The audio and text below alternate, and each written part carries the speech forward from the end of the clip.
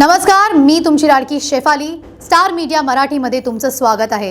आज आपण गप्पा मारणार आहोत तमाशा लाईव्ह या चित्रपटाविषयी आणि हा चित्रपट तुमच्या जवळच्या चित्रपटगृहांमध्ये प्रदर्शित होतोय 15 जुलैपासून। तमाशा लाईव्ह हा चित्रपट खरं तर सतत लाईव्ह राहण्यासाठी जो तमाशा मांडला जातो त्याविषयी आहे। तुम्ही ट्रेलर पाहिला असेल, अंदाज आलाच असेल की हा मीडियाबद्दलचा सिनेमा आहे आणि हा भारतीय चित्रपटसृष्टीमध्ये होणारा पहिला असा प्रयोग आहे, म्हणजे म्युझिकल चित्रपट आहे। आजपर्यंत एक चित्रपट ज्यात अनेक गाणी आहेत असे आपण भरपूर चित्रपट पाहिलेत, पण एक चित्रपट ज्याची गोष्ट, ज्याच्यातले प्रसंग काही वाक्यांमधनं आणि काही गाण्यांमधनं पुढे जातात असा हा चित्रपट आहे। नाट्य संगीताची परंपरा आपल्या सगळ्यांना आहे हे माहितीच असेल, पण हॉलिवूडचे चित्रपट जसे की शिकागो किंवा ला ला लँड किंवा हॉलिवूडचे म्युझिकल्स नाटकं जेव्हा आपण पाहतो तेव्हा लक्षात येतं की भारतीय चित्रपटसृष्टीत हा प्रयोग कधी झालेला नाही। इनफॅक्ट आपल्याला इतक्या वर्षांची नाट्यसंगीताची परंपरा आहे, त्यात भारतात वेगवेगळ्या प्रांतांमध्ये वेगवेगळ्या लोकसंगीत लोकनृत्याची परंपरा आहे। इतकी सगळी विविधता जर एका चित्रपटात मिळाली तर तो चित्रपट किती समृद्ध होऊ शकतो हे तमाशा लाईव्हच्या निमित्ताने सगळ्यांना पाहायला मिळेल।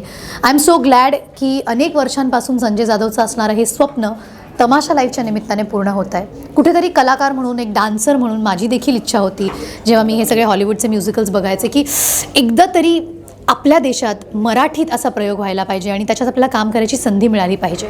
संजय जाधव यांच्या चित्रपटात काम करायची देखील संधी मिळाली पाहिजे, तर ती संधी म्युझिकल चित्रपटाच्या निमित्ताने मला मिळाली आहे। यासाठी खरंच आय एम ग्रेटफुल। एक कलाकार म्हणून खूप नशिबाची गोष्ट आहे, सौभाग्याची गोष्ट आहे।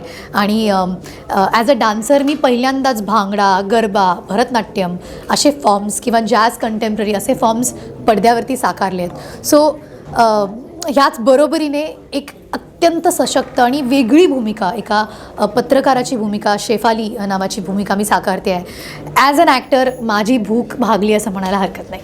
खूप एक्सायटेड होते कारण मला असं वाटतं की आपण सगळेच कुठेतरी बाथरूम सिंगर्स असतो। अंताक्षरीमध्ये लहानपणापासून प्रत्येकाने गाणं म्हटलेलं असतं। खूप सारे सिंगर्स आहेत, खूप सारी लोकं आहेत ज्यांना गाण्याचा ची समज आहे, सुरांचा ची जाण आहे।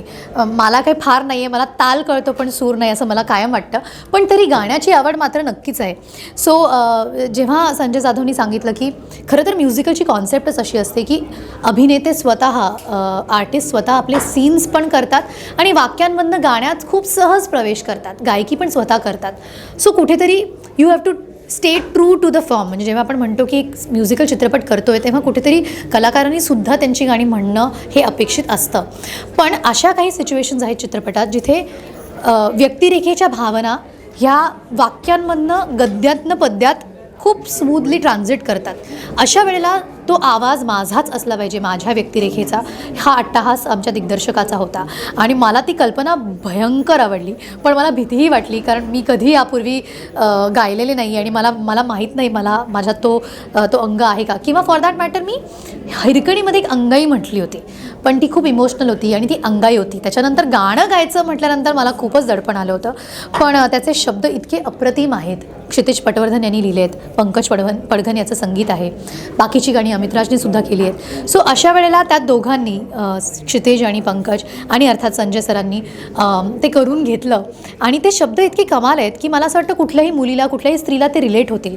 त्यामुळे त्याच्यातली इमोशन आणि भावना आहे ना ती आपोआप येते जेव्हा तुमच्या अस्तित्वासाठी तुम्हाला लढा द्यावा लागतो किंवा स्वतःला प्रूव्ह करण्यासाठी एक जी जिद्द लागते ती जेव्हा दाखवायची असते तेव्हा मला असं वाटतं की हे शब्द इतके चपखल बसतात की मग ते मला जमले गायला। आणि आय एम सो ग्लॅड की स्वतःच्या आवाजावर, स्वतःच्या प्लेबॅक सिंगिंगवर परफॉर्म करण्याची संधी मिळाली।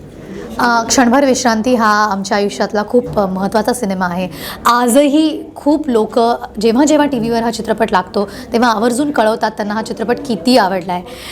त्यातले काही कलाकार आज पुन्हा एकदा एकत्र आले तमाशा लाईव्हच्या निमित्ताने। मी, सचित, सिद्धार्थ जाधव, भरत जाधव आणि तेव्हा चित्रपट संजय जाधव यांनी शूट केला होता। ते सिनेमाचे छायाचित्रकार होते, सिनेमॅटोग्राफर होते आणि आता पुन्हा एकदा आम्ही चौघं एकत्र आलो आहे।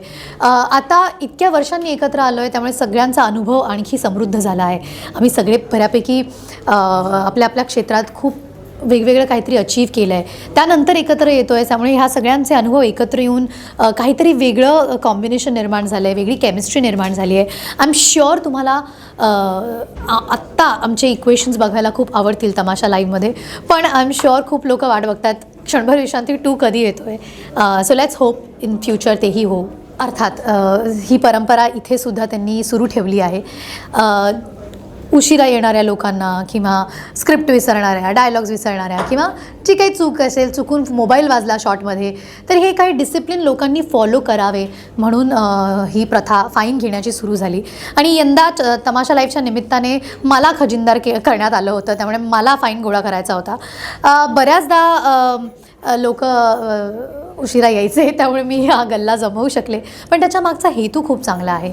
दरवेळेला पॅकअपनंतर, एव्हरी डे शूटिंगनंतर आम्ही सगळ्या बॅक बिहाइंड द सीन्सची टीम आहे, टेक्निशियन्सची टीम आहे, कलाकार सोडून बाकीचे सगळे, म्हणजे मग ते स्पॉट बॉयज असतील, मेकअप आर्टिस्ट असतील, सेटिंगची लोकं असतील, डान्सर्स असतील, पर डे आर्टिस्ट आहेत, त्या सगळ्यांच्या नावांच्या चिठ्ठ्या असायच्या. आणि आम्ही रोज एक चिठ्ठी काढायचो आणि मग ज्याच्या कोणाच्या नावाची ती चिठ्ठी निघायची त्याला त्या दिवशीचा फाईन दिला जायचा. ती लॉटरी लागायची असं म्हणायला हरकत नाही. कधीकधी त्या पर डे आर्टिस्टचा जो पर डे सॅलरी आहे त्याच्यापेक्षा फाईनची किंमत जास्त असायची आणि त्यामुळे त्यांच्या चेहऱ्यावरचा आनंद बघून फारच समाधानी व्हायला व्हायचं.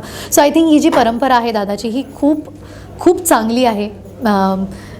खूप मजा येते कारण तो आनंद शब्दांमध्ये व्यक्त करता येत नाही आणि त्यासाठी लोक पॅकअपनंतर देखील आवर्जून 15-20 मिनटं थांबायचे. तो एक सोहळा असायचा की आज कोणाची चिठ्ठी निघते. आणि बऱ्याचदा असं झालं की त्यांच्या चेहऱ्यावरचा आनंद बघण्यासाठी जर का एखाद्या दिवशी फाईन गोळा झाला नाही तर काही लोक समोरून यायची, आज तू खूप मस्त नाचली, हे घे माझ्याकडून 500 रुपये, आज तू खूप सुंदर दिसतेस म्हणून हे घे 100 रुपये. सो असे देखील लोकांनी पैसे दिलेत आणि आय एम सो ग्लॅड की छोट्या छोट्या गोष्टींमुळे लोकांना मोठा आनंद आम्ही देऊ शकतो. लोकशाहीचा चौथा खांब आहे पत्रकारिता आणि अत्यंत जबाबदारीचं क्षेत्र आहे.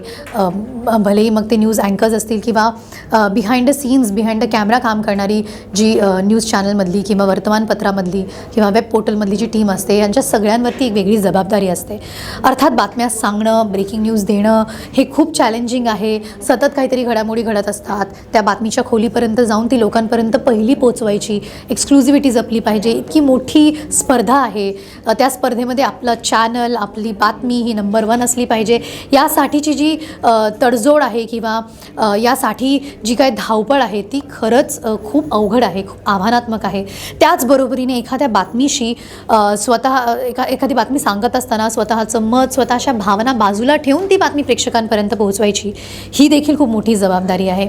बऱ्याचदा आपल्या सांगण्यामुळे, आपल्या एका बातमीमुळे लोकांची मतं निर्माण होतात. त्यामुळे खूप मोठं कर्तव्य आणि त्याचबरोबरीने खूप मोठी जबाबदारी असते.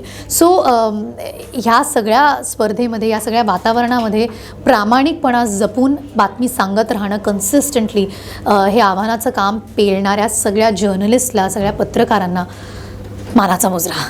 बऱ्याच आहेत माझ्या बाबतीतल्या, बऱ्याच फेक न्यूज आहेत आणि यामुळे बऱ्याच सिच्युएशन्सला मला सामोरं जावं लागलं आहे. जसं मी मगाशी म्हटलं की तुम्ही सांगितलेल्या एका गोष्टीमुळे, एका बातमीमुळे माझ्याबद्दलचं मत किंवा प्रतिमा निर्माण झाली आहे, तर ते नंतर त्याचे रेपरकशन्स झेलताना खूप त्रास होतो. पण आय एम ग्लॅड की माझ्याबरोबर एक भक्कम फॅमिली सपोर्ट आहे, ज्यांच्यामुळे मी अशा बऱ्याच गोष्टींकडे दुर्लक्ष करू शकले. पण या निमित्ताने एवढंच सांगेन की पब्लिक फिगर्स आहोत आम्ही, त्यामुळे आमच्याबद्दल बोलण्याचा अधिकार तुम्हाला नक्कीच आहे.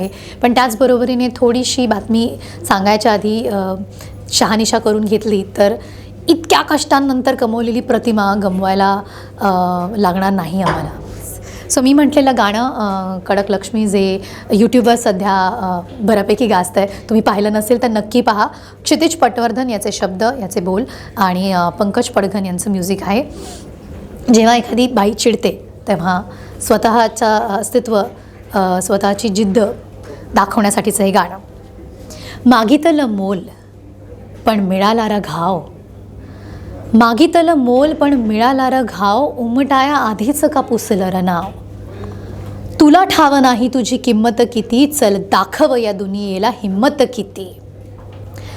भेटाया देवाला नवस केले खूप, भेटाया देवाला नवस केले खूप, गाभाऱ्यात दिसलं र आज खरं रूप. पाषाणाचा हा देखावा फोडणारं आता, गाभाऱ्याच्या बाहेरच काढणारं आता मागं नाही, समोरासमोर. आता मागं नाही, समोरासमोर. लाव देवा तू बी किती लावायचा जोर.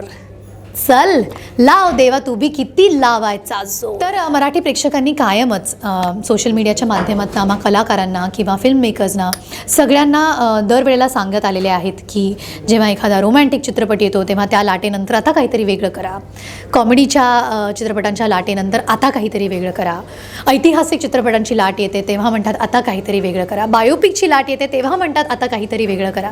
तर आता खरंच काहीतरी खूप वेगळं आम्ही घेऊन आलो आहोत तमाशा लाईव्ह या चित्रपटाच्या निमित्ताने. प्लीज या वेगळ्या प्रयत्नाला जर का तुम्ही प्रतिसाद दिला नाही तर असे आणखी वेगळे प्रयोग करताना चित्रपट निर्मात्यांना, दिग्दर्शकांना अवघड जाईल. मग मात्र तुम्हाला म्हणता येणार नाही, कारण आम्ही हा प्रयोग करतोय तुमच्या प्रतिसादासाठी. त्यामुळे छोट्या मोठ्या स्क्रीनवर, OTTवर, TV वर या चित्रपटाची वाट बघू नका. हा स्लाइस ऑफ लाईफ चित्रपट असला तरी हा लार्जर दॅन लाईफ एक्सपिरियन्स घ्यायला चित्रपटगृहात नक्की या 15 जुलैपासून. थँक्यू.